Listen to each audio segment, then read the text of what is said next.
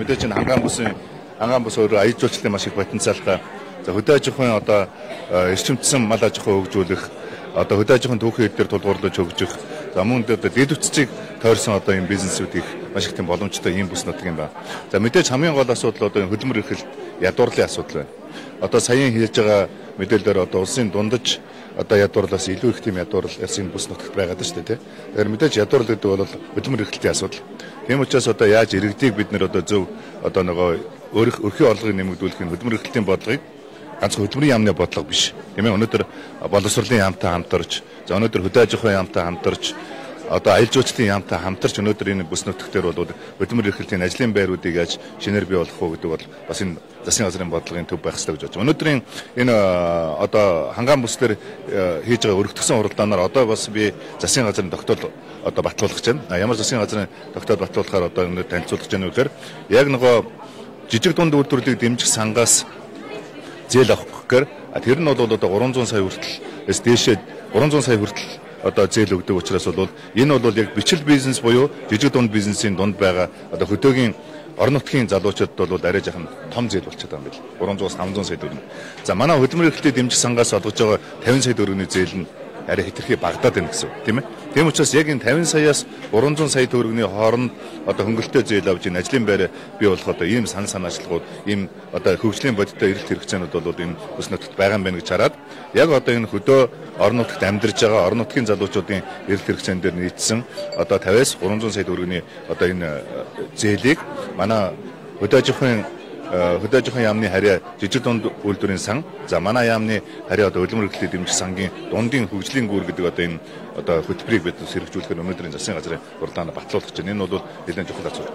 За хоёрдугаар асуудал бол мэдээж энэ хөдөө аж ахуй, мал аж ахуй маш их том сал одоо потенциалтай ийм аймаг байгаа.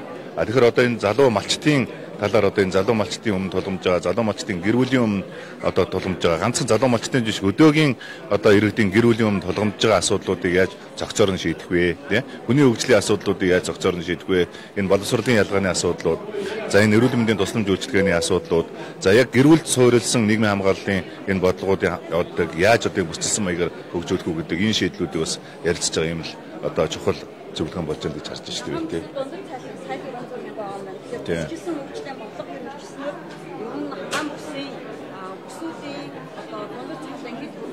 За одоо бид нар энэ хаврын одоо улсын хурлын чуулганаар татврын одоо цогц хууль багц хуулиуд батлуулж байна. Энэтэй уялдуулж бас бид нар нийгмийн даатгалын шимтгэл буюу одоо тэтгэврийн шинжилгэүүдийг хийх чинь тийм. Энэтэйгээ уялдуулж бид нар хөдөө орон нутагт одоо аслагдсан хөдөө орон нутагт амьдарч байгаа иргэдийнхаа яг орлогыг одоо хамгаалж үлдэх чиглэлөө татврын бодлого, за мөн нийгмийн бодлого, нийгмийн даатгал буюу тэтгэврийн шинжилгээний бодлогоодоос зэрэгцэж одоо явуулах бас ийм хувилбаруудыг бид нар судалж байгаа.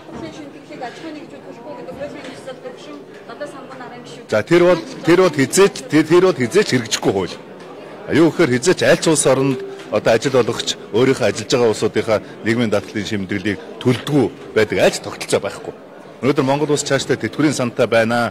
Өнөөдөр ажил хөдөлмөр хийж байгаа хүмүүс ирээдүйд тэтгэврт гаргах юм бол ажил олгогч, ажилтан даатгуулагч хоёулаа төлдөг юм тэтгэврийн даатгалын тогтолцоотой 187 улс байна. Тийм ээ. Тийм учраас бол ингэж бүчшгүй одоо зүйл ярьж бас ард иргэдийн дунд ингээд ийм одоо хөдөлт үүсэж байгаа нэг буруу л да. Тий. Одоо шинэ малчтын дунд ч гэсэн дахиад одоо тэтгэврийн насыг одоо тий одоо тэтгэврийн нөхөн даатгалын хуулийг дахиж одоо хэрэгжүүлэх гэх мэтлэнгээр ингээд нэг юм хэрэгжихгүй хуулиудын концепцүүдийг бас ярьж ард иргэдийг бас төрөгдүүлж ерөөсөй болохгүй юм байна.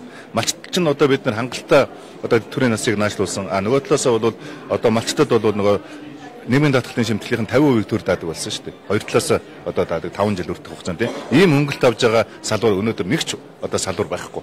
Тийм учраас бол одоо бид нар нийгмийн даатгалын шимтгэлийн хүрээнд хийж байгаа асуудал бол зөвхөн дан ганц шимтгэлийн ийг одоо бууруулах асуудал биш. Яг энэ үйлдвэрлэлийн осол мэргэжлээ шалтгаалт хөвчин буюу ослын даатгал гэж манайхан ярьдаг. За ажилгүйдлийн даатгал, тэтгэмжийн даатгал гэх мэтлэнгээр яг өнөөдөр даатгуулагчдад одоо хэрэгцээтэй байгаа тэдний одоо амьдрал үүсэж байгаа асуудлуудыг шийдэх юм тогтолцооны шинжилгээг бид нар ярьж байгаа байхгүй. За